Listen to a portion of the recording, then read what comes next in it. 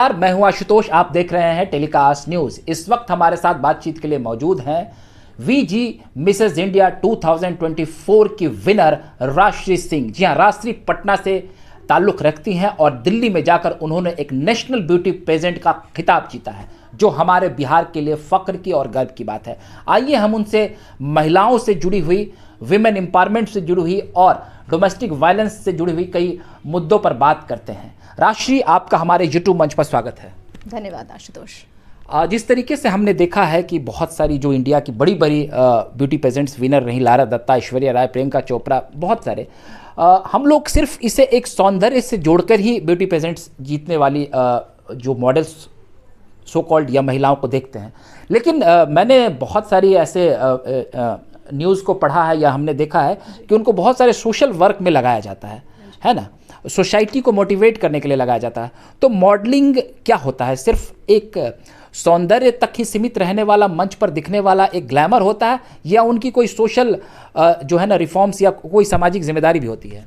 जी, आपने साबुन और उसका रैपर देखा होगा, तो रैपर के अंदर साबुन होता है ना, और वो हमारे काम आता है। सो रैपर की अपनी जगह है जो हमारा आउटर ब्यूटी है, लेकिन उसके अंदर जो साबुन है ना, वो सब धो डालता है जितनी भी गंदगी है वो। सो हम लोग जिस पेजेंट से मैं आई हूँ, हमें एक वो मिला कैटो के थ्रू हमने छोटे बच्चों के लिए, ट्राइबल बच्चों के लिए काम किया है वहाँ पे। सो ऐसे पेजेंट्स में मोस्ट ऑफ द टाइम कोई ना कोई आपको ऐसा कोई सोशल कोई कॉज मिलता है जिस पे आप काम करते हैं, और बहुत सेटिस्फैक्शन देता है आपको कि आप सिर्फ सज धज के किसी को लुभाने के लिए नहीं जा रहे, बल्कि उस ब्यूटी के पीछे एक बहुत बड़ा पर्पस है। तो आप भी कुछ उस तरह का सोशल वर्क कर रही हैं, या आपके अंदर कोई ऐसी इच्छा है? जी, मेरा बहुत ज़्यादा इंटरेस्ट है वुमेन इश्यूज़ पे, क्योंकि मैं लिखती भी हूँ और मैंने जर्नलिज्म भी किया, तो मैंने वहाँ भी ज़्यादातर वुमेन इश्यूज़ पे ही लिखा। मेरा बहुत इंटरेस्ट है, मैंने उससे रिलेटेड पोइट्री भी की या प्लेज भी, जो भी मैं उसमें लिखती हूँ। तो मेरा इंटरेस्ट है ये कि मैं उसके लिए अपनी वॉइस जो है उसको ऊपर उठाऊँ, और उनसे जुड़े हुए इश्यूज़ पे मुझे ऐसे अपॉर्चुनिटीज़ मिले, ऐसे कोई संस्था जिनसे मैं जुड़ पाऊँ, और उनके लिए मैं उनके प्रॉब्लम्स को जान के उसको सोल्यूशन पे वर्क कर सकूँ। अच्छा, अभी चुनावी मौसम है, कई सारे जो दल हैं, आपने सुना ही होगा, because you are in the field of journalism.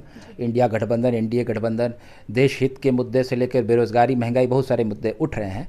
आपको क्या लगता है फिलहाल देश में कौन सा मुद्दा सबसे ज़्यादा ज़रूरी है, जिसको चुनावी मुद्दा होना चाहिए था? जी, देश में तो बहुत सारे मुद्दे हैं, लेकिन मेरा जो पूरा कंसंट्रेशन है वो मैं वुमेन इश्यूज़ पे ही बोलूँगी। इसलिए क्योंकि मेरे को जो चीज़ें बहुत अफेक्ट करती हैं, जैसे मैं जब पढ़ने के लिए जा रही होती थी, जैसे मैंने जर्नलिज्म किया और जब मैं पढ़ने के लिए जा रही होती थी, तो मुझे कौन कौन सी चीज़ें अब तक फेस करने को मिली है वुमेन होने की वजह से, गर्ल होने की वजह से। सो मुझे लगता है कि बहुत एक स्टॉर्म चलता है चुनाव के टाइम, बहुत सारे मुद्दे उठाए जाते हैं, पर कुछ इतने बेसिक हैं जिसके ऊपर उतनी बातें नहीं होती है।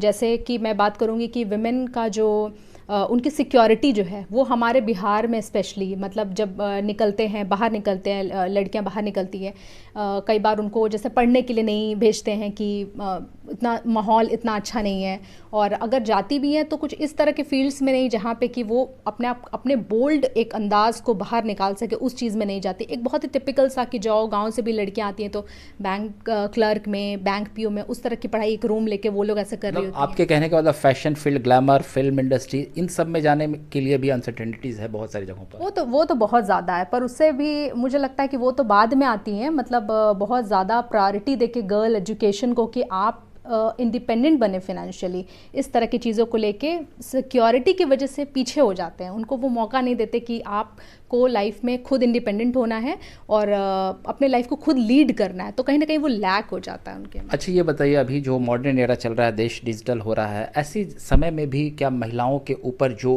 अनसर्टेनिटीज़ होती है, या जिस तरह से आप कह सकते हैं घरेलू हिंसा या आप दुष्कर्म जैसी इश्यूज़ हैं, ये आपको क्या लगता है कि बिहार जैसे प्रदेश में ये कितनी बड़ी समस्या है?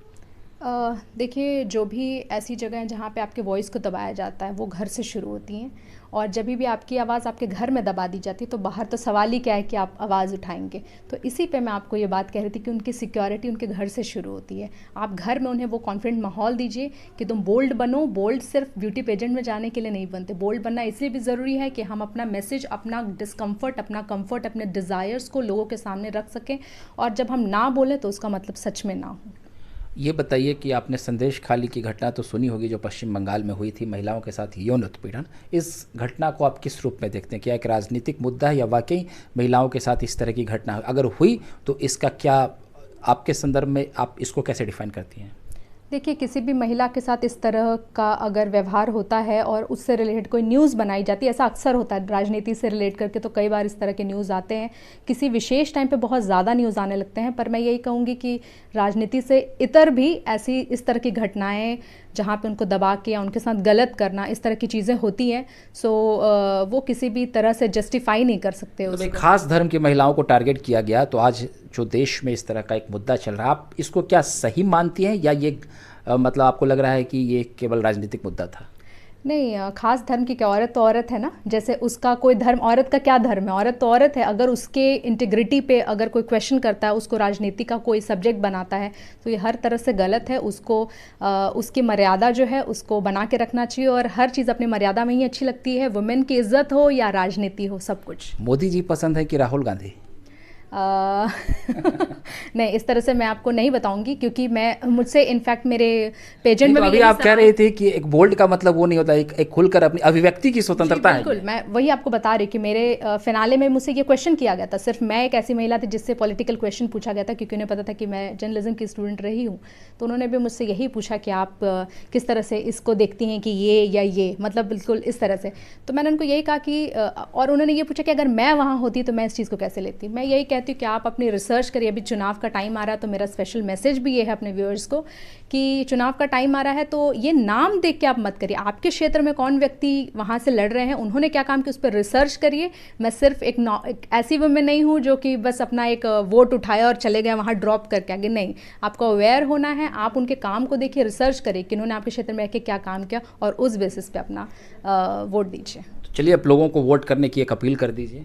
जी, मैं अपने सभी दर्शकों से ये अपील करूंगी कि आप अपनी ताकत को पहचानिए, अपनी आवाज़ को पहचानिए, अपने वोट की ताकत को ज़रूर समझिए, ज़रूर जाइए, ज़रूर मतदान कीजिए। तो ये थी राष्ट्रीय, जो बहुत बेबाकी से बहुत सारी बातों का सवाल का जवाब दे रही थी, लेकिन मेरे लाख पूछने के बाद भी इन्होंने ये क्लियर नहीं किया कि ये इंडिया गठबंधन के साथ हैं या एनडीए गठबंधन के साथ। यही बिहार की खासियत और खूबी होती है, जिसको आप स्विंग वोटर्स कहते हैं या साइलेंट वोटर्स कहते हैं।